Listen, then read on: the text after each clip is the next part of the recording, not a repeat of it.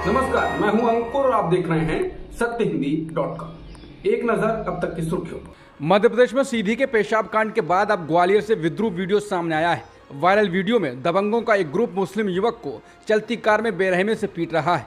उसके चेहरे पर चप्पलें बरसा रहे हैं, तलबे चाटने के लिए मजबूर कर रहे हैं। वीडियो वायरल होते ही पुलिस हरकत में आ गई। पुलिस ने एफआईआर दर्ज कर ली है। 2 आरोपियों को गिरफ्तार भी कर लिया है, जबकि मुख्य आरोपी सहित अन्य आरोपियों की सरगर्मी से तलाश कर रही है। जानकारी के अनुसार आरोपी और फरियादी ग्वालियर जिले के डबरा विकासखंड के रहने वाले हैं। शिकायत है कि पीड़ित की आरोपी गोलू गुर्जर के भाई से पुरानी अदावत है। दोनों के बीच विवाद होते रहे हैं। बताया जा रहा है कि भाई से चिक और अदावत को लेकर गोलू गुर्जर ने शुक्रवार को पीड़ित को किसी दूसरे नाम से बुलाया। वाहन लेकर पहुंचे गोलू को देखकर पीड़ित ने मौके से निकलने का प्रयास किया। वाहन में सवार गोलू और उसके 3 साथियों ने पीड़ित को नहीं जाने दिया, बलपूर्वक गाड़ी में बैठाया और ग्वालियर डबरा हाईवे पर ले गए। चलते वाहन में गोलू ने पीड़ित को जमकर पीटा। गोलू के साथी भी पीड़ित पर हाथ साफ करते रहे। मध्य प्रदेश के सीधी पेशाब कांड में पीड़ित दशमत रावत ने अब कहा है कि हमने पेशाब करने वाले प्रवेश शुक्ला को माफ कर दिया है। हमारी सरकार से मांग है कि उसे माफ कर दिया जाए। हम इस मामले में आगे कुछ नहीं चाहते हैं। वो गांव के पंडित हैं, उन्होंने अपनी गलती मान ली है, इतना हमारे लिए काफी है। बता दें, हाल ही में दशमत का सम्मान शिवराज सिंह चौहान ने किया था। उसके बाद घर लौटे दशमत रावत की बोली में ये बदलाव आया है। दशमत ने पत्रकारों को बताया कि उन्हें मुख्यमंत्री ने आर्थिक सहायता राशि भी दी है। उन्होंने कहा कि आर्थिक सहायता राशि भी मुख्यमंत्री ने दी, सब हो गया है। बता दें, मध्य प्रदेश के सीधे जिले का एक वीडियो वायरल हुआ था, जिसमें प्रवेश शुक्ला नाम का व्यक्ति आदिवासी युवक दशमत पर पेशाब करता हुआ दिखाई दिया था। इसके बाद मामला गरमा गया। हालांकि मध्य प्रदेश में चुनाव नजदीक हैं और आदिवासी समुदाय की संख्या बड़ी है, जिसके बाद शिवराज ने दशमत को बुलाकर पैर धोए।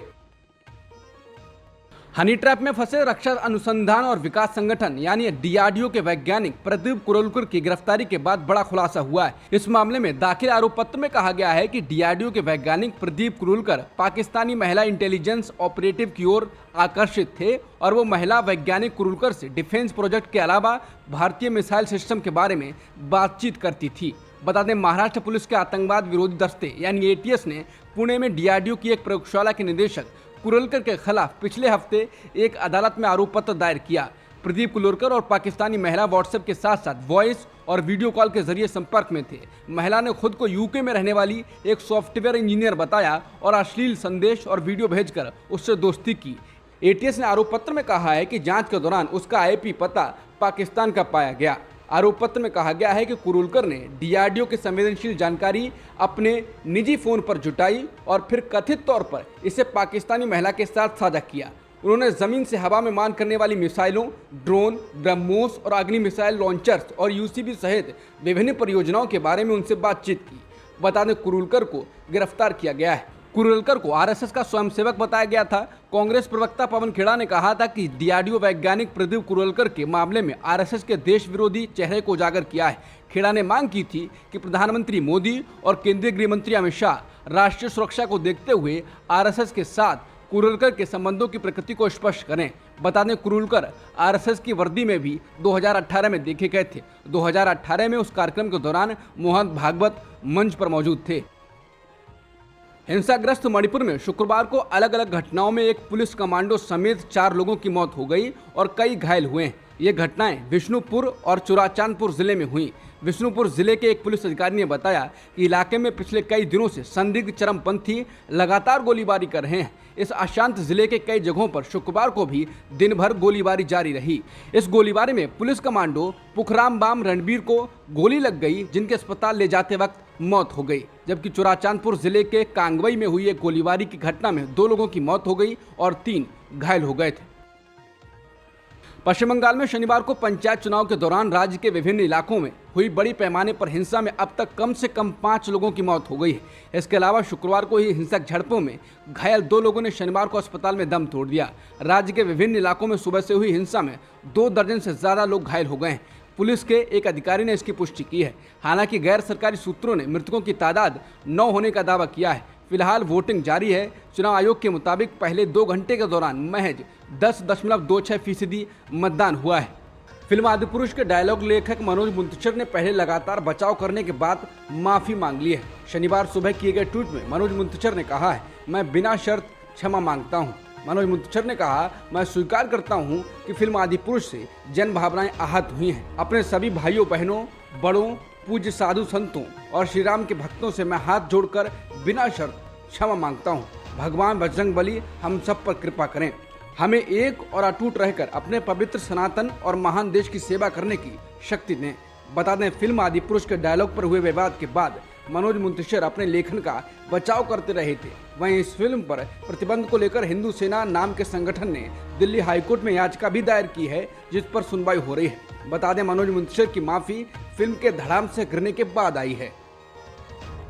कांग्रेस नेता राहुल गांधी हरियाणा के सोनीपत दौरे पर हैं। इस बीच सोनीपत में सुबह सुबह राहुल अचानक किसानों के बीच पहुंच गए और उन्होंने किसानों के साथ मिलकर धान रोपा। उनके पहुंचते ही लोगों की भीड़ वहां जमा हो गई और सभी अपना काम छोड़कर उनसे मिलने के लिए आने लगे। राहुल गांधी जब किसानों के बीच पहुंचे तो उन्होंने ट्रैक्टर चलाया। इस दौरान किसान भी उनके साथ ट्रैक्टर पर नजर आए। महाराष्ट्र में राष्ट्रवादी कांग्रेस पार्टी यानी एनसीपी पर संकट के बीच पार्टी प्रमुख शरद पवार आज एक दिवसीय दौरे पर नासिक पहुंचे। महाराष्ट्र एनसीपी प्रमुख के प्रवक्ता महेश तापसे ने शुक्रवार को इस बारे में जानकारी देते हुए कहा था कि एनसीपी अध्यक्ष शरद पवार 8 जुलाई को एक दिवसीय दौरे पर नासिक जाएंगे। वहीं एनसीपी प्रमुख शरद पवार के समर्थक उनके स्वागत के लिए मुंबई ठाणे सीमा पर एकत्र हुए हैं। दूसरी ओर महाराष्ट्र के डिप्टी सीएम देवेंद्र फडणवीस ने शुक्रवार को कहा कि बीजेपी दूसरे दलों को तोड़ती नहीं है, लेकिन प्रधानमंत्री मोदी के नेतृत्व में विश्वास करने वाले और साथ आना चाह रहे दलों को रोकती भी नहीं है।